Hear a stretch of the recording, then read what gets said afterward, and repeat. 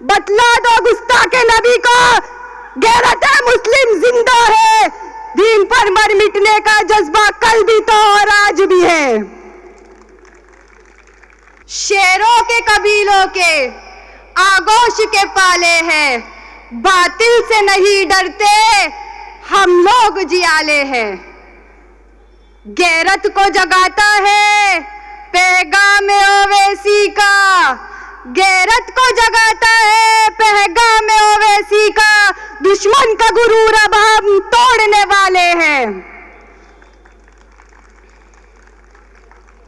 आज मैं आपके सामने एक अहम मकसद लेकर खड़ी हूं। ये मामला सिर्फ आज का नहीं बल्कि हमारे मुस्तकबिल का है, हमारे इत्तेहाद का है, हमारे वजूद का है, हमारी आवाज का है और हमारे हक का है। आज हमें अपनी पहचान मिटाने को कहा जाता है, बस्तियां छोड़कर जाने को कहा जाता है। अरे पत्तियां रोज गिरा जाती जहरीली हवा, पत्तियां रोज गिरा जाती जहरीली हवा, और हमें पेड़ लगाने को कहा जाता है। क्या कभी किसी नेता से कॉलर पकड़ के पूछने की हिम्मत की है कि घरों पर बुलडोजर चल रहा था, तू क्या कर रहा था? कि बेटियों का हिजाब खींचा जा रहा था, तू क्या कर रहा था? जब सवाल पूछना होता है तो सभी के जुबान पर ताले लग जाते हैं। शायद इसी वजह से 70 साल बाद भी आज एक रहबर नहीं है। जब किसी नेता की जरूरत होती है वो उस समय गायब हो जाते हैं जब बेटियों का हिजाब खींचा जाता है, जब घरों पर बुलडोजर चलाया जाता है। तो उन जुल्म करने वालों से मैं ये कहना चाहती हूँ, कुछ बात तो है कि मिटती नहीं हस्ती हमारी, कुछ बात तो है कि मिटती नहीं हस्ती हमारी। सदियों रहा है दुश्मन दौरे ज़मा हमारा, तौहीद की अमानत है सीनों में हमारे, रसूल की मोहब्बत है सीनों में हमारे।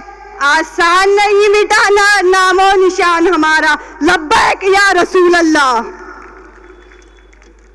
आज जब हमें एक रहनुमा मिले हैं तो हम उन्हीं को बी टीम कहने लगे, जिनका नाम ओवैसी साहब है। एक रहनुमा के उससे मिले हैं तो हम उन्हीं को बी टीम कहने लगे। तो उन बी टीम कहने वालों से मैं ये कहना चाहती हूँ, ये वही ओवैसी है जो मॉब लिंचिंग पर आवाज उठाई, ये वही ओवैसी है जो हिजाब बैन पर आवाज उठाई, ये वही ओवैसी है जो वक्फ बिल पर आवाज उठाई, ये वही ओवैसी है जो एनआरसी पर आवाज उठाई, ये वही ओवैसी है जो बुलडोजर राज पर आवाज उठाई। जब हर मसले पर आवाज ओवैसी साहब उठाते तो वोट भी उन्हीं को देना चाहिए। बी टीम कहने वाले, उनसे मैं ये पूछना चाहती हूँ, जो एनसीपी कांग्रेस पार्टी का नेता हमारा वोट लेकर बीजेपी में चला था वो क्या कहलाता है? जो बीजेपी का एनसीपी में चला है वो क्या कहलाता है? जो कांग्रेस से एनसीपी में चला है वो क्या कहलाता है? और इस बात की क्या गारंटी है कि इंडिया अलायंस को हम वोट दे और वो हमारा वोट लेकर के बीजेपी में नहीं जाए? इस बात की क्या गारंटी है? ये सब के सब एक सिक्के के दो रूप है। मैं पूछना चाहती हूँ, बाइकल्ला से हमें मुस्लिम उम्मीदवार क्यों नहीं दिया? जवाब दो। हिजाब बैन पर आवाज क्यों नहीं उठाई? जवाब दो।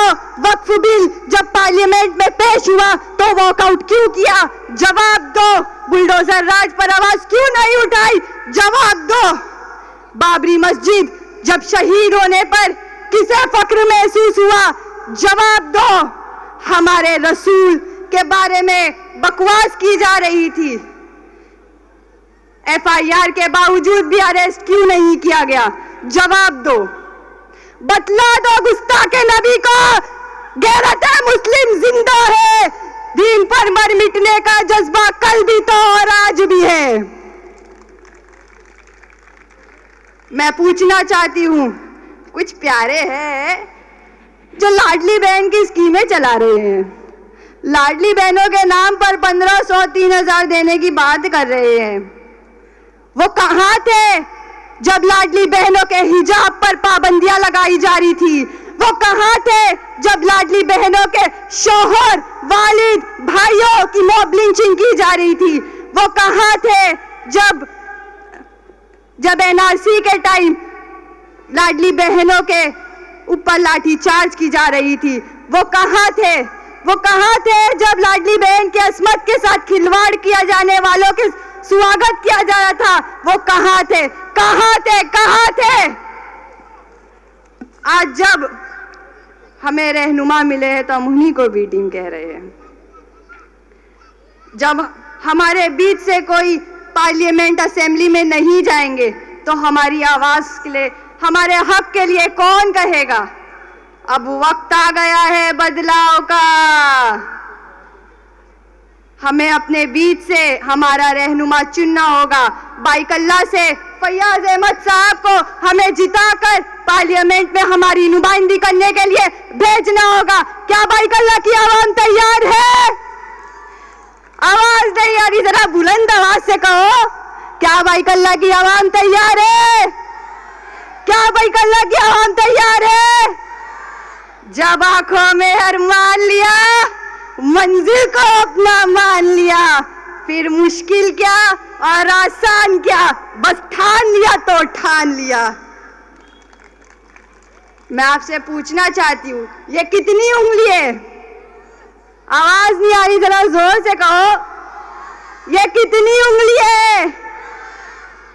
बस ये याद रखना, 20 तारीख के रोज हमें 5 नंबर पर बटन दबाकर, जिस पे पतंग का निशान होगा, उसको दबाकर हमें फैयाज अहमद साहब को वोट देकर हमें पार्लियामेंट में हमारी नुमाइंदगी करने के लिए भेजना होगा।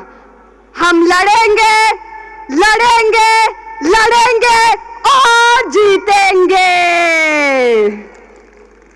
आखिर में जाते जाते सिर्फ इतना ही कहूंगी कि लहरों को खामोश देख, ये ना समझना के समंदर में रवानी नहीं है। कि लहरों को खामोश देख, ये ना समझना कि समंदर में रवानी नहीं है। जब भी उठेंगे ऐसी तूफान बनकर उठेंगे। बस अभी 15 मिनट में, सिर्फ 15 मिनट में अकबर साहब आने वाले, हमारे बब्बर शेर।